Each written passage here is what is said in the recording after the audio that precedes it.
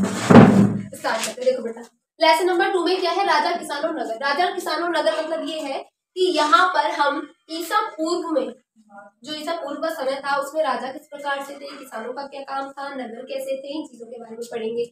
सबसे पहले अगर हम इस चैप्टर में देखें जो इंपॉर्टेंट है उन चीजों पे नजर डाल लेते हैं। जैसे कि जेम्स प्रिंसेप, कि कौन थे जेम्स प्रिंसेप, एक अधिकारी थे, एक अधिकारी थे। किसके अधिकारी, ईस्ट इंडिया कंपनी के अधिकारी थे, जिन्होंने 1830 में क्या करा था, 1830 के दशक में, दशक मतलब होता है 10 साल, ब्राह्मी और खरोष्टी लिपि जो थी ना वो अशोक के अभिलेखों पे पाई गई थी, यानी मौर्य वंश के जो अभिलेख थे और शास्त्र वगैरह थे उसमें ये लिपि पाई गई थी। तो इसका अध्ययन करा था इन्होंने, इसका अर्थ निकाला था, और जब किसी लिपि का अर्थ पता चल जाता है तो उस वंश या फिर सभ्यता के बारे में भी हम अच्छे से अनुमान लगा सकते हैं। क्लियर हुआ। फिर आता है 6ठी शताब्दी ईसा पूर्व को एक महत्वपूर्ण परिवर्तन काल माना जाता है। मतलब ये कि इसे महत्वपूर्ण परिवर्तन काल क्यों माना जाता है, क्वेश्चन ये आ सकता है ना, क्यों माना जाता है, क्योंकि आरंभिक नगरों का विकास हुआ, आरंभिक नगरों का विकास यानी महाजनपदों का बनना शुरू हुआ, साथ में लोहे का बढ़ता प्रयोग, लोहा का भी हमने प्रयोग बढ़ाया, यानी लोहा भी हमने प्रयोग करना शुरू किया। साथ में हमने देखा कि इस काल में 6ठी शताब्दी ईसा पूर्व में सिक्कों का प्रचलन हुआ, कुषाण राजाओं ने बनाए, मौर्य साम्राज्य में बनाए गए, है ना, तो सिक्कों का प्रचलन हुआ कि सिक्के चलना शुरू हुए। फिर हमने देखा कि ये 3 चीजें हमने इसमें देख ली कि आरंभिक नगर बने। अच्छा, आरंभिक नगर बने तो कैसे बने, 16 महाजनपदों का उदय हुआ, जिसमें से मगध, कौशल, कुरु, पंचाल, गंधार, वज्जी और आवंती, ये सारे क्या है, बहुत इंपॉर्टेंट है। और इन सब में भी इंपॉर्टेंट है मगध, सबसे शक्तिशाली महाजनपद। ये 5 या 6 नंबर के क्वेश्चन में जरूर आता है कि मगध सबसे शक्तिशाली महाजनपद या फिर जनपद के रूप में क्यों देखा जाता है। क्यों देखा जाता है, क्योंकि जनपद के रूप में इसको देखा जाता है, उपजाऊ भूमि थी इसके पास, यहाँ की भूमि बहुत ज्यादा उपजाऊ थी, लोहे की खदान थी, कि लोहे की खदानें भी निकली थी। हमने पढ़ा ना 6ठी शताब्दी ईसा पूर्व में लोहे का बढ़ता प्रयोग देखा गया। खदानें कहाँ पर देखी गई, मगध में देखी गई। नदियों द्वारा यातायात होता था, नदियों द्वारा हम वाहन हमें मिल गए थे कि हम नदियों के द्वारा क्या करने लगे थे, यातायात का साधन यूज कर रहे थे, यानी व्यापार वगैरह हम नदियों द्वारा कर पा रहे थे। हाथी की उपलब्धता थी, हमने देखा होगा कि अशोक और जो मौर्य साम्राज्य के राजा रहे हैं उन लोगों के द्वारा जो लड़े गए युद्ध है वो हाथी पे बैठ के लड़े जा रहे हैं, है ना, तो हाथी की उपलब्धता थी। सुरक्षित राजधानियां थी, यानी कि जो वहाँ की राजधानियां थी, जैसे मगध की राजधानी क्या थी, पाटलिपुत्र, यानी कि पटना। मगध क्या है, बिहार है आज का, और बिहार की राजधानी क्या है, पटना, तो मगध की क्या थी, पाटलिपुत्र, वही पटना। तो उसकी जो राजधानी थी वो बहुत सुरक्षित रूप से रखी गई थी, राजधानी को बहुत सुरक्षित रूप से रखा गया था। हमारे भारत की राजधानी का क्या हो रहा है, गठबंधन, पॉल्यूशन ही पॉल्यूशन है ना। आते हैं मौर्य वंश पर। इसमें जो 2 वंश है ये बहुत ज्यादा इंपॉर्टेंट है, देखो, क्योंकि ये काल आपका क्या है, एंशिएंट हिस्ट्री का है, यानी कि आपका ये क्या बोलते हैं एशियन को, प्राचीन भारत काल है, प्राचीन भारत हिस्ट्री है ये। तो इसके अंदर आपकी जो 2 वंश है ये बहुत इंपॉर्टेंट है इस चैप्टर में भी। तो मौर्य वंश है और दूसरा गुप्त साम्राज्य है, क्योंकि इनके नेम्स भी थोड़े थोड़े नहीं मिलते जुलते हैं, क्योंकि चंद्रगुप्त और चंद्रगुप्त, ये चंद्रगुप्त प्रथम है, कौन से वाले हैं, ये प्रथम है, और ये मतलब इससे पहले भी थे चंद्रगुप्त, वो समझने की कोशिश करना। मौर्य वंश जो है 322 से 185 ईसा पूर्व तक चला, 137 साल, कितने साल तक ये वंश चला, 137 साल चला। बहुत सारे इसमें राजा आए, लास्ट कौन थे इसके राजा, अशोक, ठीक है। यहाँ पे जो मैंने बोला संस्थापक कौन थे, चंद्रगुप्त मौर्य थे, और द्वितीय यानी कि ये जो है ये इनके प्रसिद्ध राजा है, कौन है, प्रसिद्ध राजा बिंदुसार और अशोक, ठीक है। तो ये बहुत ज्यादा प्रसिद्ध मतलब कि फेमस रहे थे इस काल में, ठीक है, मौर्य वंश में। और इसमें क्या है, हमें सिक्कों के बारे में पता चलता है, अभिलेखों के बारे में पता चलता है, पांडुलिपियों के बारे में पता चलता है। अशोक के अभिलेखों से ज्यादातर हमें किसके बारे में पता चलता है, बौद्ध ग्रंथ के बारे में, बौद्ध ग्रंथों के बारे में पता चलता है, बौद्ध धर्म के बारे में पता चलता है ना। तो 600 ईसा पूर्व से 600 ईस्वी तक भारतीय इतिहास के आकलन क्या थे, बेटा जी बहुत बहुत बहुत इंपॉर्टेंट क्वेश्चन है, ठीक है, कि भारतीय इतिहास को किस प्रकार से आंका गया था, आकलन क्या थे 600 ईसा पूर्व से ईस्वी तक।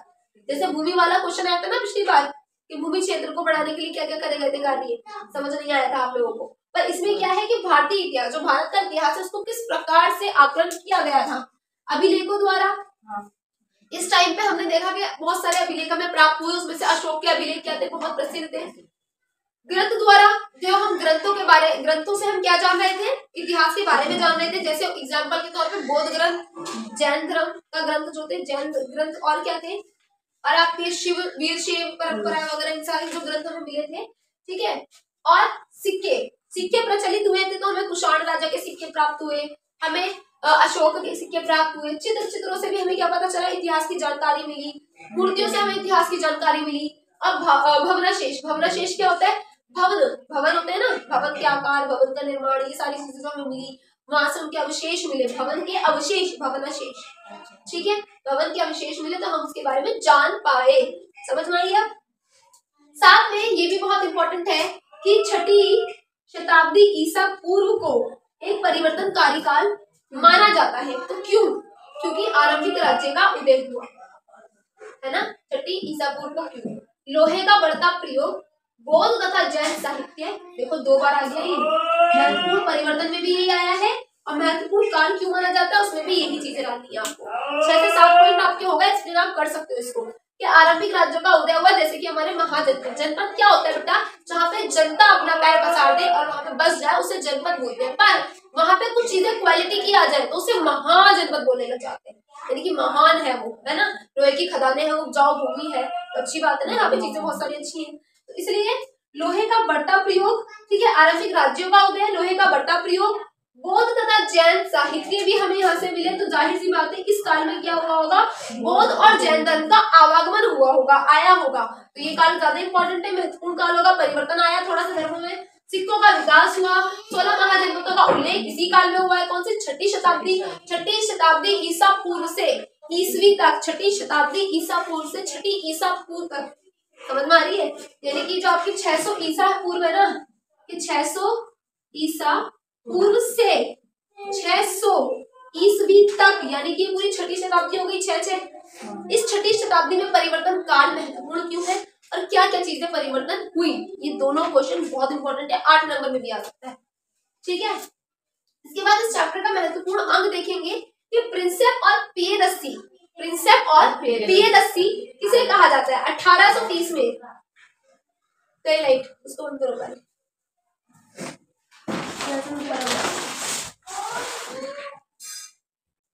पढ़ते हैं आप प्रिंसेप और पियदस्सी के बारे में। 1830 में प्रिंसेप ने ब्राह्मी और खरोष्टी लिपि का अध्ययन किया था। प्रिंसेप कौन थे? जेम्स प्रिंसेप, जिनकी बात हमने पहले ही कर ली थी। और पियदस्सी मतलब होता है, पियदस्सी जो मौर्य वंश के राजा थे उनके लिए यूज किया गया था, मनोहर मुख आकृति वाले राजा, जो बिल्कुल ही जिनको देख के मन लुभा जाए। साथ में आते गुप्त साम्राज्य के ऊपर। गुप्त साम्राज्य क्या है? जो कि 240 से लेके 540 ईस्वी तक चला था। इसके संस्थापक कौन थे? श्रीगुप्त।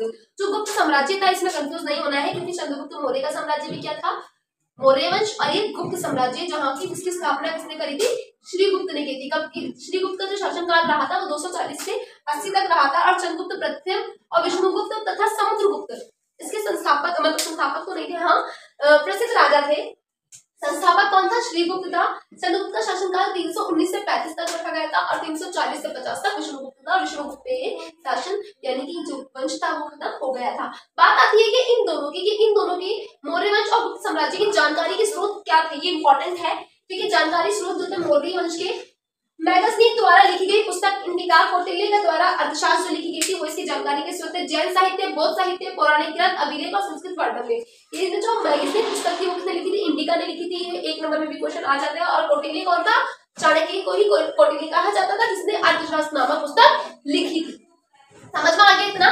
फिर आता है गुप्त साम्राज्य जो था उसकी क्या क्या हम जानकारी के स्रोत होते हैं। इसमें अभिलेख पाए गए, सिक्के पाए गए। गुप्त साम्राज्य में प्रथम क्या हुआ था? सोने के सिक्कों का प्रचलन हुआ था, ठीक है, बहुत ही ज्यादा सिक्के यहीं पे पाए गए थे। मुद्रा, अच्छा एक और आते हैं अभिलेखों की जो साक्ष्य सीमा होती है, अभिलेखों को पढ़ना, उसको क्या बोलते हैं? अभिलेखों के अध्ययन करना अभिलेख शास्त्र होता है और सिक्कों का अध्ययन करना मुद्रा शास्त्र होता है, ठीक है। इसके बाद प्रशस्तियां थी। प्रयाग प्रशस्ति, यानी कि जानकारी के जो स्रोत था गुप्त साम्राज्य में वो प्रयाग प्रशस्ति थी। इस पर क्वेश्चन बनता है। प्रयाग प्रशस्ति कहती है आपका इलाहाबाद स्तंभ किसने बनाया था, किसने बनवाया था और किसके द्वारा इसकी रचना की गई थी? इस स्तंभ में संस्कृत भाषा में की गई थी, पर की किसने थी? मुझे आप कमेंट बॉक्स में बताएंगे, बताना है, ऐसे नहीं जाना, ठीक है, बताना जरूर किसने की थी। साथ में इसमें से 1-2 क्वेश्चन जो आपके होते हैं वो होते हैं कि भाई अभिलेखों की साक्ष्य सीमा क्या है। और इम्पोर्टेंट है 6ठी शताब्दी, बहुत इंपॉर्टेंट है 6ठी शताब्दी आपकी, बहुत बहुत बहुत इंपॉर्टेंट है, तो इसको बहुत अच्छे से पढ़ के जाए, बाकी लगे रहें और मुझे आप लाइक कमेंट करके इंस्पायर कर सकते हैं। चैनल को सब्सक्राइब कीजिए, इसको वीडियो को ज्यादा से ज्यादा शेयर कीजिए। पूरा चैप्टर आपका एक ही पेज में मैंने उतार दिया है, जिससे आपको हेडिंग वाइज लर्न करने में बहुत ज्यादा हेल्प मिलेगी। सो बने रहे अपने चैनल के साथ और लगे रहे अपनी स्टडी के साथ। Thank you so much.